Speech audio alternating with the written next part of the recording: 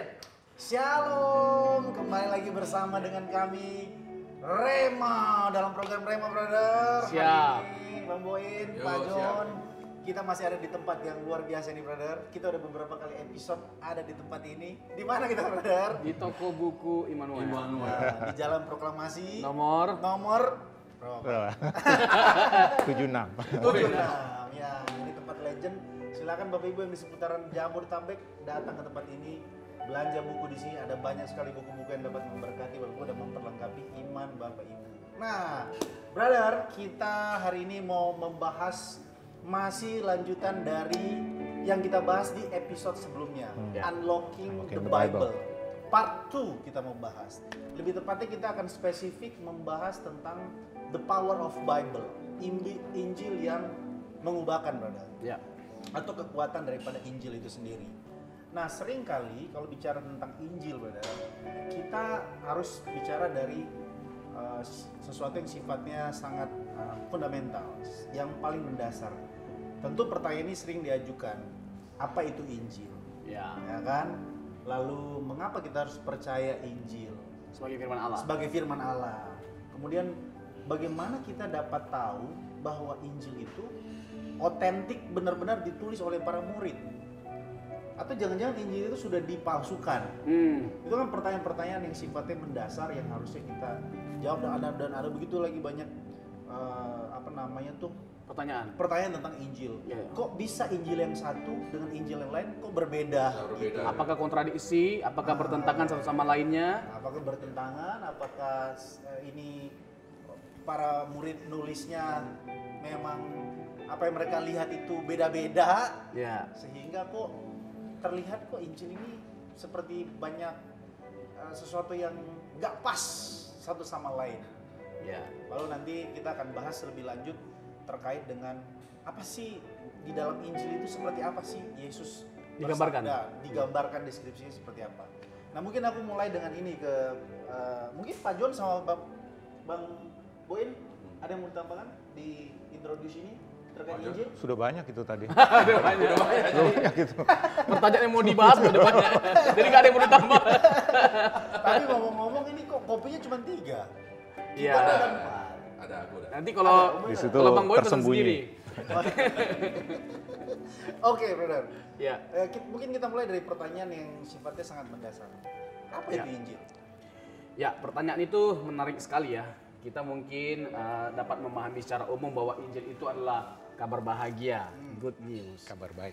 Kabar baik ya, kabar baik, kabar bahagia, kabar sukacita. Tapi pertanyaannya, kabar baik itu dalam pengertian apa? Nah, mungkin banyak hal yang dikategorikan sebagai kabar baik. Seperti Pak John pernah disembuhkan dari sakit jantung, itu merupakan kabar baik. Memberkati banget kesaksiannya. Benar. Bagi seorang yang bergumul 10 tahun, menikah 15 tahun, akhirnya punya anak, itu kabar baik. Dan mungkin ya kita semua itu pernah merasakan, mendengarkan, mengalami yang namanya kabar baik atau kabar sukacita. Tetapi kalau kita berbicara Injil, tentu berbeda dengan semuanya itu. Injil adalah kabar baik dan tidak ada kabar yang lebih menggemparkan, tidak ada kabar yang lebih dahsyat, lebih baik daripada kabar yang dituliskan, disaksikan oleh Injil. Kenapa? Nah, ini dia. Karena Injil itu terkait dengan, kita buka Roma 1 ayat yang ke-16. Roma 1. Roma 1:16. Jemaat di rumah atau Bapak Ibu yang di rumah, teman-teman di rumah, teman-teman Rema, silakan buka Alkitabnya Roma 1 ayat 16. Walaupun nanti di layar kaca sudah ada tertera, tapi buka Alkitabnya. Silakan, Bro. Coba saya baca ya, brother. Sebab aku mempunyai keyakinan yang kokoh dalam Injil, karena Injil adalah kekuatan Allah yang menyelamatkan setiap orang yang percaya. Pertama-tama orang Yahudi, tetapi juga orang Yunani. Jadi Injil itu disebut kabar bahagia, kabar yang terbesar, kabar yang terbaik. Karena apa? Karena Injil itu berbicara tentang keselamatan. Oh, nice. Nah, lebih lanjut lagi, sekarang kita pertama-tama nih ya mencoba untuk menjabarkan apa itu Injil menurut kesaksian perjanjian baru. Nah, sekarang Markus pasal yang pertama, ayat yang pertama. Siap. Markus pasal yang pertama ayat yang ke-1. Markus 1 ayat 1. Inilah permulaan Injil tentang Yesus Kristus anak Allah. Ya. Inilah permulaan Injil tentang Yesus Kristus anak Allah. Jadi Injil itu tentang siapa? Yesus Kristus. Yesus Kristus. Nah, apakah itu bertolak belakang dengan Roma 1 ayat 16 tadi? Tidak. Karena memang esensinya sama ya. Yesus Kristus itulah yang hadir memberikan keselamatan bagi setiap kita dengan dia mengalami kematian dan kebangkitan. Terakhir brother, 1 Korintus pasal yang ke-15 ayat yang pertama sampai yang keempat. Wah, ini mantap ini. Dan sekarang saudara-saudara, aku mau mengingatkan kamu kepada Injil yang aku beritakan kepadamu dan yang kamu terima dan yang di dalamnya kamu teguh berdiri. Oleh Injil itu kamu diselamatkan asal kamu teguh berpegang kepadanya atau padanya seperti yang telah kuberitakan kepadamu, kecuali kalau kamu telah sia-sia saja menjadi percaya. Sebab yang sangat penting telah kusampaikan kepadamu, yaitu apa yang telah kuterima sendiri, ialah bahwa Kristus telah mati karena dosa-dosa kita sesuai dengan kitab suci, bahwa ia telah dikuburkan dan bahwa ia telah dibangkitkan pada hari yang ketiga sesuai dengan kitab suci. Nah, ini Ngeri dia. kali. Jadi inilah Injil itu. Inilah Injil itu, dan mari kita belajar untuk menjalani kehidupan kita dengan berpusat pada Injil dan memahami, mengerti, menghidupi esensi yang sebenarnya dari Injil.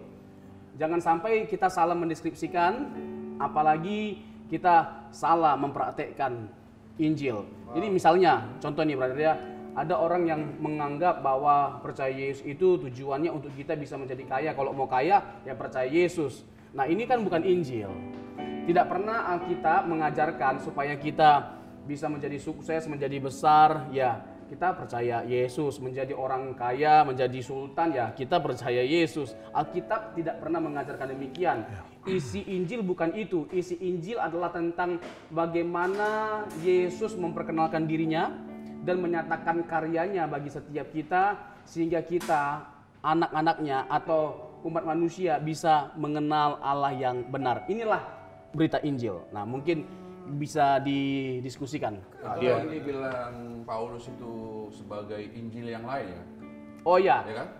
Injil yang lain itu dalam pengertian, Dalam pengertian. surat Korintus, kita mencoba untuk memahami Injil di luar dari apa yang Alkitab sampaikan. Itu Injil yang lain. Oke, nanti sebelum ke Injil yang lain itu persoalan nanti kita bahas Iya. lebih dalam lagi. Tapi tadi menarik ya bahwa sebetulnya hidup ini kita harus digerakkan oleh Injil ya. Kalau Iya. bisa mengutip salah satu buku The Purpose Of Driven Driven Life. Life, kita harusnya the purpose of gospel life. Oh, Ngeri kali. Kita modif sedikit, brother. hidup kita berpusatkan pada Injil. Injil. Sebenarnya gini, Digerakkan oleh Injil. Oleh Injil ya? Menarik dari apa yang brother sampaikan terkait dengan bahwa tujuan hidup kita itu Ya. bukan untuk kaya, bukan untuk sukses, tapi tujuan hidup kita itu yaitu Injil sesungguhnya. Ya. Karena itu berbicara tentang keselamatan. ya. Pak John kayaknya udah gatal bibirnya brother untuk Bukan, menyampaikan. saya tadi cuman mau tambahkan bahwa Silakan. dari Injil kita tahu bahwa betul-betul Yesus mati buat kita. Nice. Betul-betul kita mempunyai harapan. Yap. Betul-betul dia bangkit Yap. yang nanti akan menjemput kita. Itu kan dari Injil kita Wah. dapat ya. Itu komplitnya satu cerita bahwa dia Yesus lahir, Ya. Yesus mati, kemudian dia akan bangkit nanti. Wow. Unik Gitu ini. ya. Bagi orang Yunani, salib atau kematian, salib Kebodohan. itu adalah kebodohan. Bagi orang Yahudi, terkutuklah orang yang disalibkan. Tapi justru dari salib itulah lahir atau datang pengharapan bagi seluruh umat manusia. Di mana dengan kematian Yesus, dia menanggung seluruh dosa kita dan memberikan pengharapan bagi setiap kita untuk kita memperoleh kehidupan yang kekal. Nah, saya singgung sedikit lagi dengan apa yang brother angkat tadi terkait dengan hidup kita, pelayanan kita, gereja atau apapun itu harus berpusatkan pada Injil. Ada Injil. Jadi pelayanan kita bukan berbicara tentang kita. Jadi persempit ruang untuk kita berbicara tentang diri kita dalam setiap pelayanan kita. tapi perbanyaklah mempercakapkan Injil dalam kehidupan kita, mempraktikkan kebenaran Injil dalam kehidupan kita. Ya. Jadi menjadi rohani itu bukan kita ketika lagi kerja beribadah haleluya, Yesus Kristus Tuhan, bukan. Lalu kita sambil berdoa. Nangis. Waktunya kita kerja kita berdoa Tuhan. Ya, maksudnya bagaimana kita hidup sesuai dengan Injil, seperti kata Paulus ya dalam Filipi 1 ayat 27, berpadanan dengan Injil. Maksudnya Berpadanan dengan Injil. berpadanan dengan Injil, sesuai dengan Injil. Maksudnya kita hidup benar. Kita melakukan pekerjaan kita dengan benar, menjalani kehidupan kita, pelayanan kita atau apapun dengan benar. Itu hidup yang berpusatkan pada Injil. Wah, Bang Boyin ada mau nambahkan? Cukup. Ya, Injil itu kekuatan Allah yang menyelamatkan kita yang tadi. Abang kayaknya ngantuk. Kayak matanya tuh. Itu yang benar yang dibilang Pak John tadi, bahwa Injil itu dari kelahiran sampai kematian sampai kebangkitan, itu ya tadi Pak John bilang kan tadi. Kan Injil yang lain kalau tadi disebutkan ya. banyak menjadikan kita menjadi senternya, jadi pusatnya. Yang seharusnya Yesus jadi pusatnya. Dalam apapun yang kita lakukan kan harusnya untuk memuliakan Tuhan kan. Iya, itu dia. Jadi kematian Yesus itu mengembalikan disorientasi kita yang tadinya kita berpusat pada diri, sekarang kembali lagi kepada berpusat pada Yesus yang telah mati kepada bagi setiap kita gitu loh. Oke, brother. Kalau bicara tadi soal Injil yang lain, mungkin kita bisa bahas lebih dalam lagi. Tadi saya udah mention 2 kali. Apa Jadi tuh? kita bisa dalam. Oh, Mungkin ini pertanyaan yang sifatnya lebih kepada orang-orang yang skeptis terhadap Injil. Bagaimana kita bisa percaya bahwa, atau bagaimana kita dapat memvalidasi bahwa Injil itu betul-betul memang kitab suci atau firman Allah? Bahwa apakah bisa atau ada kemungkinan Injil itu dipalsukan? Ini kan isu yang sering kali kita dengar. Injil itu dipalsukan, lalu kemudian tulisan-tulisan itu dimodifikasi oleh para murid supaya bisa sesuai dengan zamannya gitu. Terlihat spektakuler, ada mujizat, ada segala macam. ya. Bagaimana kita kemudian memberikan sebuah pertanggungjawaban Terhadap tuduhan itu atau terhadap pertanyaan tuduhan itu. ya. Ya, itu pertanyaan yang sah-sah saja untuk dipertanyakan. Tetapi kita harus benar-benar mengerti bahwa tidak mungkin Alkitab kita itu salah atau dipalsukan. Karena Alkitab itu atau Injil itu kan diwahyukan oleh Allah, diilhamkan oleh Allah. Jadi para murid atau para rasul itu diilhamkan oleh Allah. Yang mengilhamkan itu adalah pribadi yang tidak bisa salah atau sempurna, sehingga apa yang dia firmankan tidak mungkin salah dong. Itu logikanya. Nah, kita bisa melihat ya di Alkitab misalnya 2 Timotius 3 ayat 16, segala tulisan yang diilhamkan oleh Allah. Jadi Injil itu sesuatu yang berasal dari Allah yang tidak bisa salah, sehingga Alkitab tidak mungkin salah atau dipalsukan. Nah, mungkin berkembang luas diskusi kita. Tapi bagaimana dong? Kan naskah aslinya sudah tidak ada lagi. Ya. Nah, sekalipun naskah asli Alkitab sudah tidak ada lagi, tapi bisa digaransi keandalan dari teks kita bahwa ini sesuai dengan yang asli. Karena kita punya teks kuno itu banyak sekali. Ada jutaan katanya. Kalau untuk teks Yunaninya, manuskripnya itu ada kurang lebih 5.000 naskah manuskrip untuk bahasa Yunaninya. Jadi 5.000 itu banyak sekali. Tidak ada kisah kuno yang naskahnya sebanyak Alkitab. Tidak ada. Naskah apapun tidak ada seperti Alkitab yang banyaknya. Lain lagi naskah-naskah yang lainnya atau manuskrip yang lainnya. Jadi banyak sekali, brother. Dan ini bisa nanti kita diskusikan lebih lanjut terkait dengan keandalan Alkitab sehingga Alkitab benar-benar bisa dipercaya. Sip. Kopi dulu, brother, biar nggak kering bibirnya. Oke.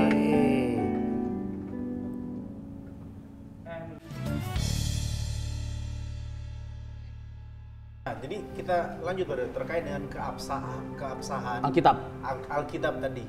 Karena ini kemudian menjadi hal yang sangat fundamental Dan bisa mengganggu kita. Karena kalau sampai kita tidak dapat mempertanggungjawabkan Injil, maka semua runtuh iman kita, Ya. runtuh gereja ini. Ya. Kalau kita tidak tidak bisa mempertanggungjawabkan yang namanya kredibilitas Injil itu sendiri. Ya. Tadi brother sampai di mana tadi terkait dengan Keabsahannya, keabsahannya? keandalannya. Bisa brother lanjutin. Ya, jadi Bapak Ibu tidak perlu takut bahwa sekalipun tidak ada autograf atau tulisan asli dari Alkitab kita, masih bisa dipertanggungjawabkan karena kita punya banyak sekali salinan, brother. Oke. Misalnya papirus, minuskel, unsial, leksionari. Istilah-istilah ini semua ini, tolong istilah-istilah yang Dicatat. tolong yang edit ini tolong masukin di belakang. Nah, istilah-istilah apa tadi? Ya kan, leksikal, Leksikal, ya, leksionari. Terus minuskel, papirus, unsial. Ini banyak sekali manuskrip-manuskrip kita. Kurang lebih tadi untuk Yunani itu ada 5.000 lebih ya manuskrip, dan pakar teks seperti Daniel B. Wallace itu salah satu pakar dunia, pakar internasional terkait dengan teks PB, menggaransi bahwa kalaupun ada sedikit perbedaan terjemahan itu nggak sampai meruntuhkan iman kita lah, gitu loh, nggak meruntuhkan iman kita, dan kecil sekali perbedaannya. Yang penting secara garis besar yang disampaikan itu sama, gitu. Nah, ini terkait dengan yang disampaikan itu sama. Ada beberapa Esensinya. Ada beberapa Injil, kita katakanlah Injil sinoptik. Nah, Matius, Markus, Lukas, Yohanes. Tiga, Matius, Markus, Lukas. Ya, Matius, Markus, Lukas. Ada beberapa kontradiksi yang di Lukas bicara apa, di Matius bicara apa. Itu kenapa, bro? Saya jelaskan prinsipnya aja ya. Nah, boleh prinsipnya. Salah satu contoh misalnya ada yang membawa tongkat, ada yang tidak membawa tongkat. Nah, Banyak sebenarnya. ya, Iya, banyak. Ini jarak juga ya. Ya. Jadi mahal diskusi kita Oh, ini ya. Rema kapan nggak mahal, brother? Rema selalu mahal. Ini orang nggak perlu sekolah teologi ya, dengar Rema aja udah dapat banyak pelajaran tentang teologi ya. S1 teologi, S2 teologi, S3 teologi. Jadi Bisa ikut acara ini. Oke, jadi gini. Apa tadi pertanyaannya? Ah, itu aku udah lupa juga pertanyaannya. Kontradiksi. Iya, kontradiksi. Jadi gini, kalau kita mau bahas case-nya itu banyak sekali, Ya. kita nggak bisa jelaskan. Tapi saya hanya mau menyampaikan prinsipnya aja untuk kita bisa mengerti bahwa Alkitab itu memang ada perbedaan, tapi bukan pertentangan. Berbeda, perbedaan, ya, tapi bukan pertentangan. Karena berbeda bukan berarti bertentangan. Karena berbeda yang nulis kan. Ya, Jadi dia mungkin dari segi ini, mungkin dari yang satu segi ini. Satu gitu, lihat gitu. dari jaraknya Ya. mana, berapa, Ya. lebih jauh yang satunya, Ya. dari sisi yang mana, Ya. kan begitu. kenapa kita membanding-bandingkan? Karena Injil Sinoptik, Matius, Markus, Lukas itu menceritakan kisah yang sama. Namanya juga sinoptik dari kata sin dan optik. Tahu nggak arti optik? Kacamata lah. Nah, melihat, memandang. Sin bersama-sama. Jadi melihat, memandang bersama-sama. Nah, kenapa dikatakan Injil Sinoptik? Ya karena mereka itu melihat dan memandang bersama-sama peristiwa yang sama, menceritakan peristiwa yang sama. Tetapi yang mereka sampaikan, mereka ceritakan itu berbeda-beda sesuai dengan cara pandang dan penekanannya masing-masing, kebutuhannya masing-masing. Misalnya Matius menggambarkan Yesus sebagai siapa? Raja ya. Ya. Matius menggambarkan Yesus sebagai raja orang Yahudi, Markus sebagai anak manusia atau hamba. Lukas sebagai apa? Juru selamat. Nah, Yohanes sebagai siapa? Yesus digambarkan sebagai anak Allah atau sebagai Allah. Nah, mereka ini kan penekanannya berbeda-beda. Tapi apakah karena berbeda lalu bertentangan? Tentu tidak. Ini kan saling melengkapi satu sama lainnya. Contoh, ada peristiwa nih, kecelakaan. Oke. Ya. Kecelakaan. Nah, yang kecelakaan ini adalah orang yang akan mau nikah. Yang kedua, anak orang kaya dia. Nah, yang ketiga, dia baru wisuda. Nah, datanglah 3 reporter menyampaikan berbeda-beda satu sama lainnya. Yang satu menyampaikan bahwa dia adalah anak orang kaya yang kecelakaan ini, yang satu dia akan nikah, yang satu dia baru wisuda. Sama nggak informasinya? Ya. Nggak, informasinya sama nggak? Oh, enggak, beda. Berbeda. Sudut pandangnya akan beda. Beda. Tapi bertentangan nggak satu sama lainnya? Enggak. Tidak. Yang mereka sampaikan kan benar semua terkait dengan anak ini. Nah, begitu juga dengan Injil. Analogi ya. Ya ini analoginya. Ya. Begitu juga dengan Injil. Berbeda-beda bukan berarti bertentangan. Oke. Gitu, brother. Brother, untuk supaya jemaat, kan tadi brother menjelaskan itu prinsipnya secara sederhana ya. Ya. Tapi untuk supaya mendapatkan itu lebih whole package-nya, brother tahu nggak cari di mana? Gimana? Buku mana? Buku David Ini Paulsen. dia bukunya. Nah, yang saya jelaskan yang terakhir itu terkait dengan. Brother kasih tahu dari mana bukunya. Nah, ini menarik sekali. Sekali lagi ya. Biar jemaat bisa tahu dari mana brother menjelaskan buku-buku itu. Benar. Nggak bisa dipungkiri ya, dengan kita baca buku ini saja, kita bisa mengetahui apa itu kekristenan. Nah. Ya, wawasan dunia Kristen itu bisa kita ketahui, kita pahami hanya dengan baca buku David Paulsen, baik PL Tadi yang maupun brother sampaikan PB. itu kan pengantar perjanjian baru kan? Iya, secara khusus di Injil. Injil. Ya, pembahasan tentang Injil.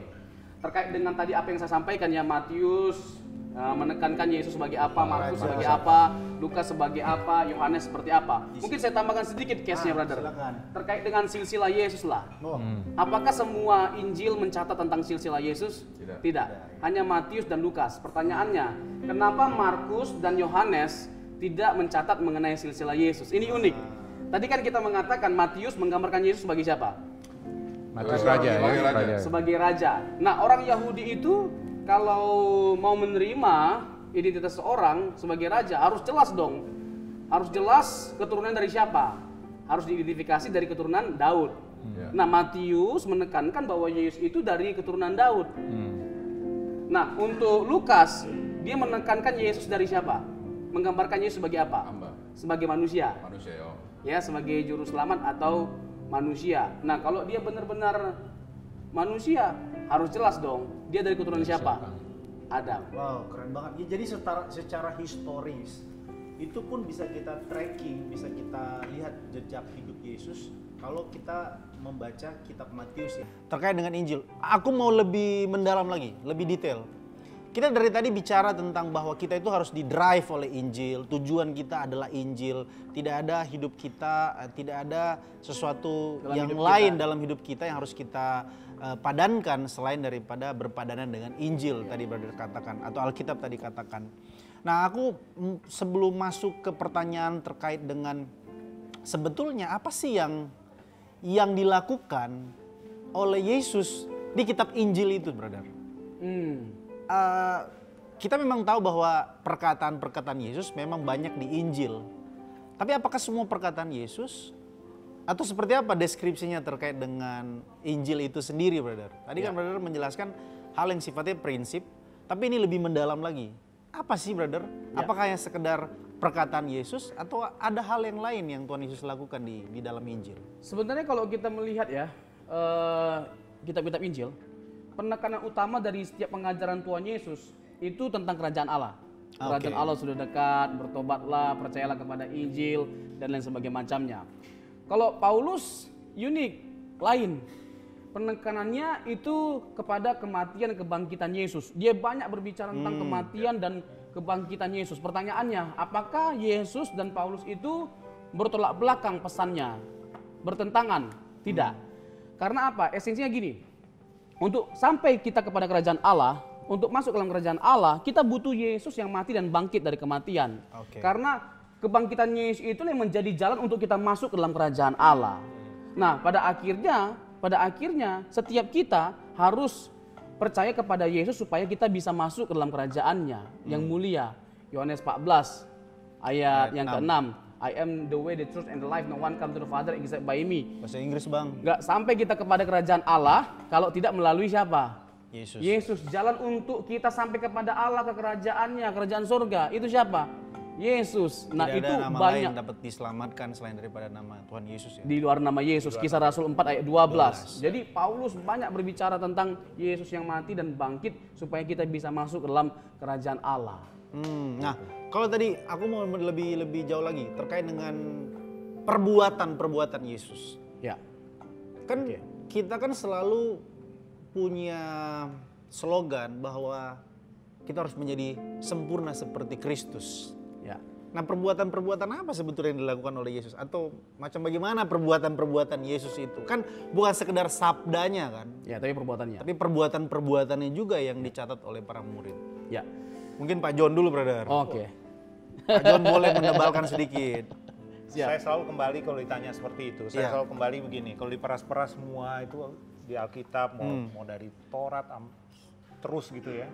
Akhirnya apa sih? Kan Yesus bilang, kasih dia, Oke. kasih sesama. Yap. Bahkan segala sesuatu yang tidak bisa ditangkap oleh hukum, Hmm.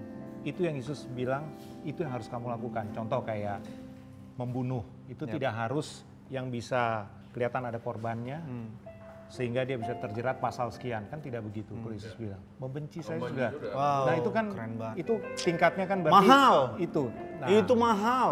jadi itu saya selalu kembali ke situ kalau ditanya sempurna itu seperti apa. Ya. Mantap Pak John. Ada satu perkataan Tuhan Yesus yang aku tuh ngeri-ngeri sedap, brother. Jika engkau tidak memikul salib dan menyangkal dirimu, engkau tidak layak menjadi muridku. Itu salah satu perkataannya. Nah, apakah selaras dengan perbuatannya, brother? Ya. Coba brother bisa Gini. elaborasi lebih jauh. Untuk mengetahui identitas seseorang, kita bisa lihat hidup atau perbuatannya. Ah, nice. Jadi perbuatan kita lah yang menunjukkan siapa kita sebenarnya. Nah, perbuatan Yesus menunjukkan siapa Yesus. Nah, perbuatannya itu unik. Perbuatannya menunjukkan bukan hanya sekedar dia itu manusia biasa, seperti diakui dia hanya sebagai nabi, sebagai rasul, sebagai raja. Betul dia imam, raja, nabi, dan rasul. Tetapi dia bukan hanya sekedar imam, raja, dan rasul. Dia lebih dari itu.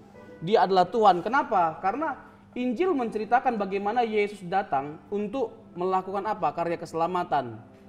Tidak ada perbuatan yang lebih besar yang dilakukan oleh manusia selain apa yang dilakukan oleh Tuhan Yesus, yaitu dia menyelamatkan setiap kita. Yohanes 1 ayat 29, brother. Yohanes 1 ayat 29. Lihatlah anak domba Allah yang menghapus dosa dunia. Tidak ada perbuatan atau karya yang lebih besar daripada ini. Perbuatan Yesus, yaitu untuk menghapus dosa dunia. Kalau terkait dengan hidupnya, dia adalah suci. Hanya yang suci yang bisa membersihkan kita dari noda.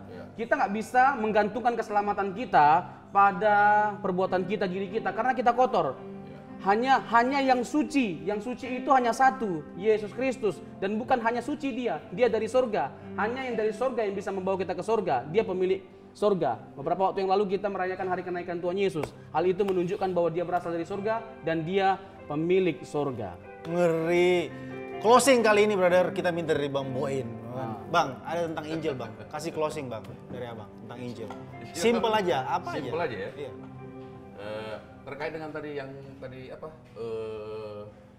sempurna seperti Tuhan Oke. Yesus. Nah, sempurnanya kita itu bukan seperti kuasanya Tuhan Yesus bisa menembus tembok apa segala macam, tetapi apa namanya? Terkait dengan kehidupannya. Iya, terkait dengan kehidupannya bahwa kita sebagai Anaknya. ciptaan, sebagai manusia yang layak menjadi anak-anak Allah. Itu menurut saya definisi dari Injil. Injil apa namanya? Sempurna tadi. Oke, jadi perjuangan kita adalah menjadi sempurna, Iya. mematikan kedagingan Iya. ini, memikul salib kita untuk Iya. bisa berhidup sesuai dengan padanan Injil. Iya. Ngeri kali Bang Boin. Oke Bapak Ibu, sampai jumpa di episode Rema selanjutnya. Kami dari Rema, dari Brother Robson, dari Pak John, Bang Boin mengucapkan sampai jumpa. God bless you all. Tuhan Yesus memberkati kita. Mantap.